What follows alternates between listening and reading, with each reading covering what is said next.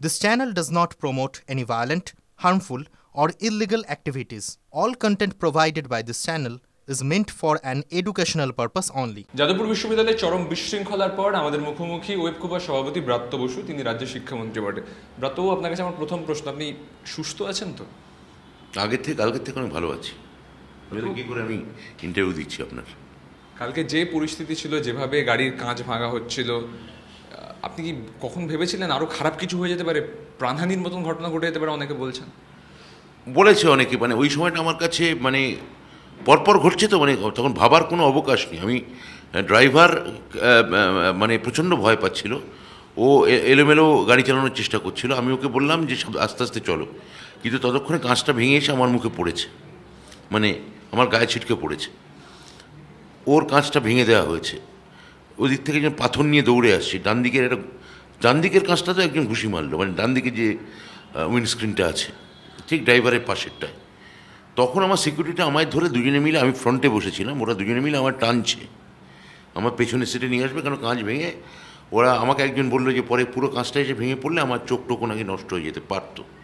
কিন্তু তখন আমি সত্যি ভাবারও, এবং এটা যে ঘটতে পারে, এটা আমার কাছে একটা অবিশ্বাস্য লাগছিল। কারণ আমি ওদের সঙ্গে কখনোই কোনো সোকল্ড কোট আনকোট মন্ত্রীসুলভ আচরণ করিনি। আমি ওদের সঙ্গে কথা বলতে চেয়েছিলাম।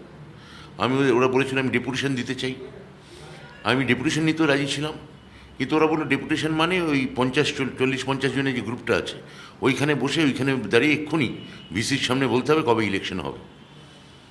আপনারা ছিলেন তখন সবাই, আপনারা দেখেছেন পুরো ঘটনাটা কী ঘটেছে। আমি বললাম 20 মিনিট আমি অপেক্ষা করব, 15-20 মিনিট, যদি 4 জন ডেপুটেশন দিতে রাজি হন।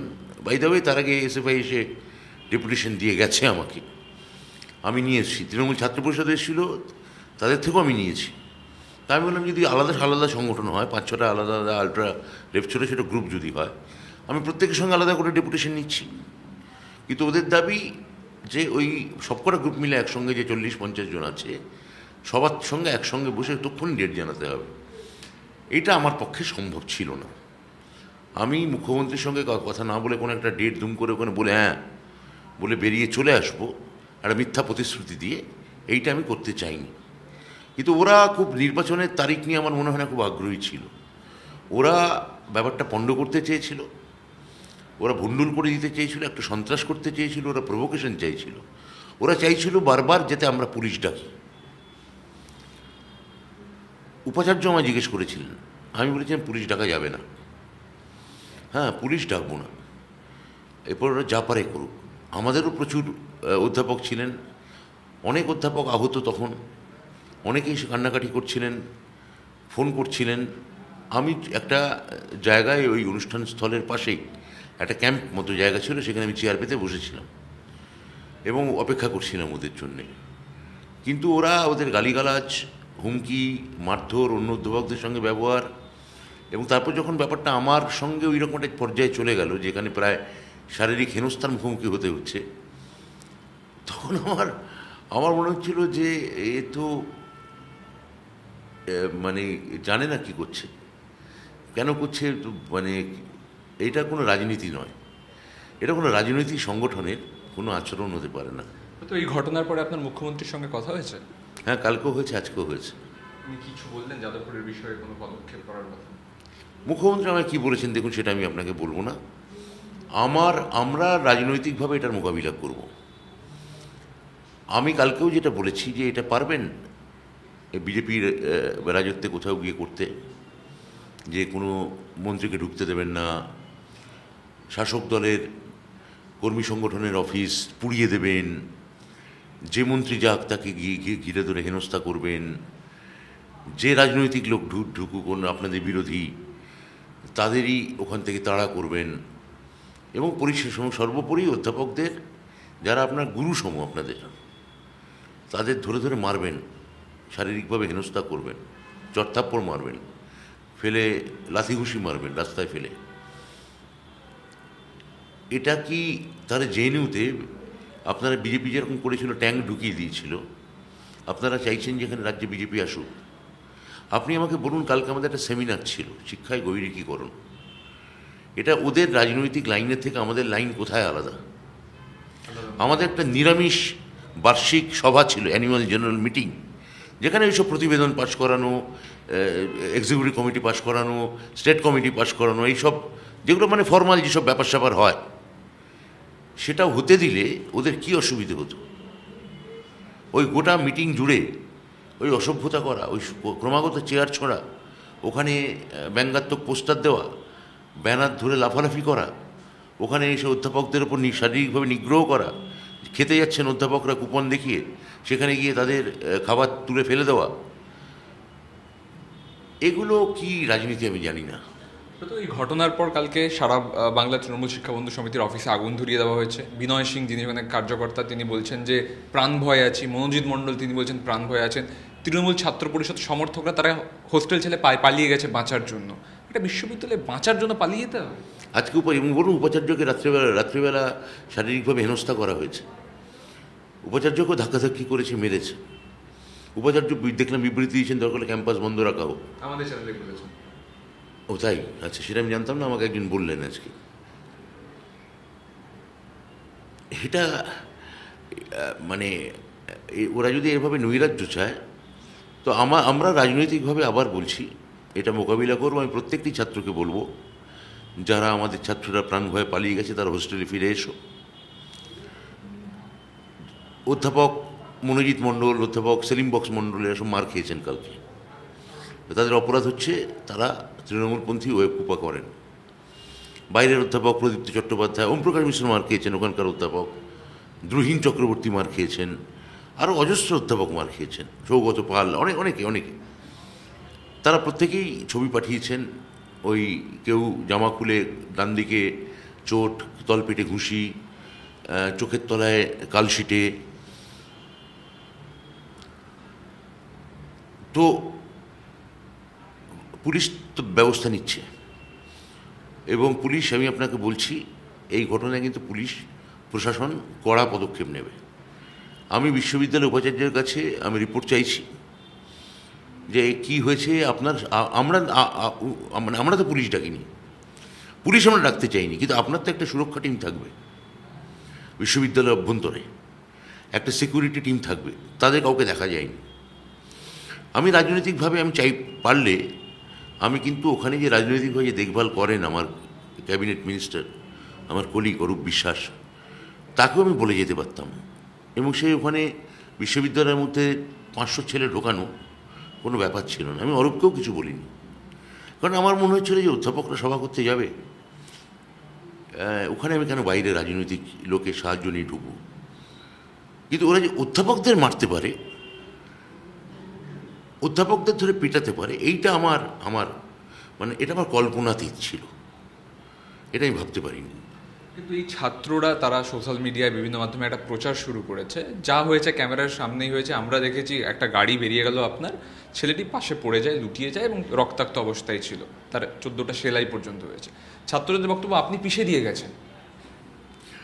ওরা তো বলতে পারে, গাড়িটা প্রথম কথা আমি চালাচ্ছিলাম না, আমার ড্রাইভার চালাচ্ছিল। ড্রাইভার প্রাণ ভয়ে, মানে ও পালাতে পারলে তখন বাঁচে, আমি তো বললাম।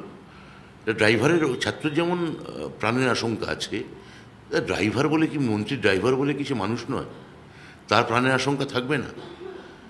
আমি তো বললাম যে তার মানে মন্ত্রী হলে মার তো খাবেই, মন্ত্রীর ড্রাইভারও মার খাবে, মন্ত্রী সিকিউরিটি তো মার খাবেই, পুলিশ হয়েছে যখন মার খাবে না একটু?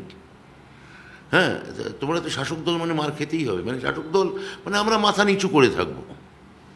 যাদবপুরে ঢুকলে তো একদম মাথা নিচু করেই থাকতে হবে, সবাই করে যাবে না। এটা কোন দেশে গণতন্ত্র আমি জানি না। রাজ্যের বিশ্ববিদ্যালয়, রাজ্যের ছেলেমেয়েরা ওখানে অনেকে পড়ে, তার রাজ্য পুরো সাবসিডি দেয়, হোস্টেলের সাবসিডি দেয়, পড়াশোনার সাবসিডি দেয়। যাদবপুরে ফি কত? প্রাইভেট ইঞ্জিনিয়ারিং কলেজে না পড়ে সরকারি বিশ্ববিদ্যালয় এখনও আমাদের সারা দেশের মধ্যে, পশ্চিমবঙ্গে ইঞ্জিনিয়ারিং বলুন বা আর্টস ফ্যাকাল্টি বলুন, ফিজ হচ্ছে সব থেকে কম। তাহলে রাজ্য সরকার সেই সাবসিডি দিচ্ছে, মুখ্যমন্ত্রী সাবসিডি দিচ্ছেন, অথচ রাজ্য সরকারের কোনো দল সেখানে, শাসক দল সেখানে ঢুকতে পারবে না। সেখানে কর্মী সংগঠন করলে তার পার্টি অফিস পুড়িয়ে দেবে। ওখানে কেউ কেউ হয়তো এমনও আছে, কালকে হয়তো থাকতে পারে, যাদের কেউ মুখ্যমন্ত্রীর মেরিট কাম মিন্স নেন, বিবেকানন্দ স্কলারশিপ বা স্টুডেন্ট ক্রেডিট কার্ডের সহায়তা নেন, এরপর হয়তো বিদেশ চলে যাবেন। মানে যে সময়টা এখানে থাকবেন এই সময়টা লণ্ডভণ্ড করে দিয়ে যাবেন।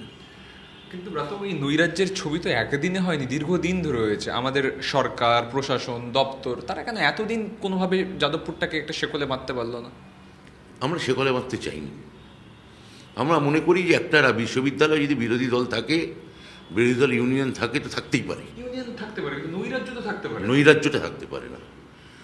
তো ওরা এটা মনে করেছে যে নৈরাজ্য চালাবে। তো প্রশাসন, আমি বলছি, অন্যান্যবার যা হয়েছে, র্যাগিংয়ের পরেও কিন্তু বেশ কিছু ছাত্র গ্রেপ্তার হয়। যে ছেলেটি মারা গেছিল, আমি নাম করতে চাই না, নদিয়া জেলার যে ছেলেটি, তারপরেও র্যাগিং বন্ধ হয়নি। হ্যাঁ, র্যাগিং তারপরেও হয়েছে। এখন সামাজিক কিছু ব্যাধির ব্যাপার আছে, কিন্তু আমি ছাত্রদের এখনো শত্রু বলে ভাবতে রাজি নই।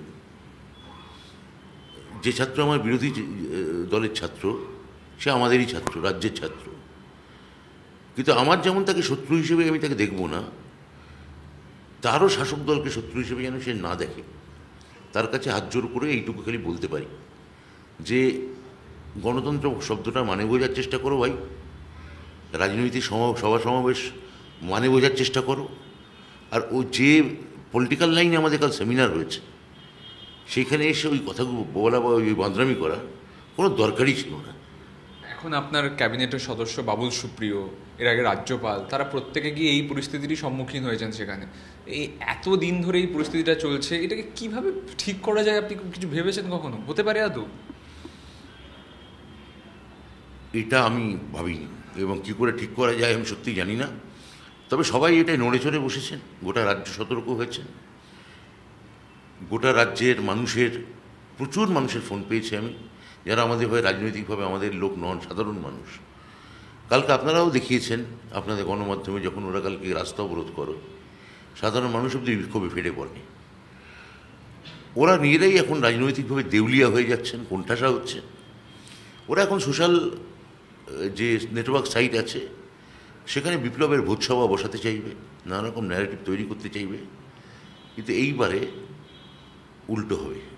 এবারে ব্যাপারটা এত সহজ হবে না। তো আপনি বললেন যে ছাত্রটি সে রাজ্যেরই ছাত্র, সে অসুস্থ, আপনি কি তাকে দেখতে যাবেন? তাকে তো আমাদের উপাচার্য দেখতে গেছিলেন কালকে, সেখানেও কালকে ছাত্র উপাচার্যকে ধরে মেরেছে। তো ছাত্র আহত হওয়া ঠিক না, উপাচার্য আহত হওয়া কি ঠিক? ছাত্র আহত হওয়া ঠিক না, উপাচার্যকে ধরে পেটানো, অধ্যাপকদের ধরে পেটানো ঠিক? আপনাদের কালকে টিভিতে দেখানো হয়েছে গণমাধ্যমে, কতজন অধ্যাপককে ধরে মারা হয়েছে। তা আমি কি করব না করব সেটা আমার উপরই ছাড়ুন, সময় দেখতে পাবেন। আমার শেষ প্রশ্ন বক্তব্য, আপনাদের ওখানে যারা তৃণমূল সমর্থক, তারা বলছেন যে গণবিচার বসানো হবে, থ্রেট দেওয়া হয়েছে। যাদবপুরে গণবিচার, খাপ পঞ্চায়েত মার্কা একটা বিষয় হয়, জিবি, সেখানে তার শাস্তি নির্ধারণ করা হয়। যাদবপুর বিশ্ববিদ্যালয় তো আমাদের রাজ্যেরই বিশ্ববিদ্যালয়, সেখানে এগুলো চলছে এখন থ্রেট আসছে। ওখানে গণবিচার বা খাপ পঞ্চায়েত হয় কিনা আমি জানি না। আমি শুনেছি এই ধরনের নানা ধরনের বিষয় আসা হয়ে থাকে। প্রচুর অধ্যাপক কালকে, যারা কালকে কোনোভাবে ঐক্যপা ছিলেন না, যাদবপুরের অধ্যাপক, তারা প্রচুর লোক রাত্রে আমাকে বলেছেন যে দিনের পর দিন আমরা একটা সাফোকেশনের মধ্যে বাস করছি। যেভাবে দিনের পর দিন আমাদের ওপর একটা অত্যাচার করা হয়, ছাত্ররা প্রায় হাতে মাথা কাটে, এক শ্রেণীর ছাত্র। এই যে শ্রেণীটা আছে, আমি এদের বিরুদ্ধে কোনো সামাজিক ঘৃণার কথা বলতে চাই না, কিন্তু এরা ক্রমশ সামাজিকভাবে ঘৃণা জন্ম দিচ্ছে। আমি এখনও বলবো যে রাজ্যের বিশ্ববিদ্যালয়, যেখানে বিশ্ববিদ্যালয়ে পড়েন, যে বিশ্ববিদ্যালয় থেকে ডিগ্রি নিয়ে বেরোন, যে সরকার এখানে আপনাদের পড়ার জন্য ভর্তুকি দেয়, যে উপাচার্য আপনাদের পিতা তুল্য, যে অধ্যাপকরা আপনাদের গুরু সদৃশ, তাদের সবসময় এরকম শত্রু ভাববেন না। আপনি তাদের শ্রেণী শত্রু ভাবতে পারেন, তারা আপনাকে শ্রেণী শত্রু ভাবে না। এই অতিবাম সমর্থকরা যখন আক্রান্ত হয়েছে, আহত হয়েছে, তাদের দাবি তখন বামেরা সবচেয়ে বেশি রাস্তায়। আজকে সিপিএম মিছিল করেছে, এসএফআই কালকে ছাত্র ধর্মঘটের ডাক দিয়েছে। বামেরা কিন্তু এইটাকে নিয়ে তাদের যে পলিটিক্যাল কর্মসূচি তা চালিয়ে যাচ্ছে। আমরা আমাদের কর্মসূচি চালাবো, কিন্তু এই কর্মসূচি এটা এই বললাম তো যে ওই কুপার মিটিংকে কেন্দ্র করে ওরা যদি অক্সিজেন পেতে চায় এবং সমাজে কিছু যদি ওরা কার্বন ডাইঅক্সাইড উৎপন্ন করতে চায়, তাতে ওদের সেটা আখেরে লাভ হবে কি? যে আল্ট্রামাম সংস্থার কথা বলছেন, তারা তো নির্বাচনে বিশ্বাসই করে না, ও সিপিএম নির্বাচনে বিশ্বাস করে। রাজনৈতিকভাবে এরা মতাদর্শগতভাবে বিরোধী। হ্যাঁ, 64 এবং 67 যে ভাগ, সেই ভাগ তো এখানে এখনও বয়ে নিয়ে বেড়াচ্ছে। তো এদের কতটা মিলমিশ হবে, এবং ফাইনালি যেভাবে এসএফআই সমর্থকদের এই উগ্রবামেরা ওই বিশ্ববিদ্যালয় হুমকি দিয়েছে নানাভাবে, আপনাদের গণমাধ্যমেই বেরিয়েছে, তাদের যেভাবে ধরে মারতে চায়, পেটাতে চায়, এই মিলমিশ সেটাকে সিপিএম বা এসএফআই সেটাকে রাজনৈতিক সংসদীয় রাজনীতির লাভ ক্ষতির অঙ্কে নিয়ে যেতে চাইছে। তা এই দর্শন ওদের মিলবে কি না, এই দুই দর্শন, সেটা আমার সন্দেহ আছে। আপনি আবার যাদবপুরে যাবেন? নিশ্চয়ই যাব। কনভেনশন যদি করি আমরা যাদবপুরেই করবো আবার কখনো।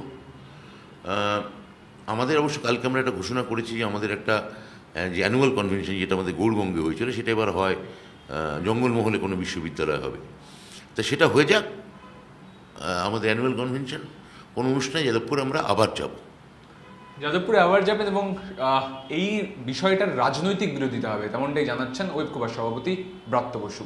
ক্যামেরা দেবব্রতর সঙ্গে সুমন, TV9 বাংলা, কলকাতা।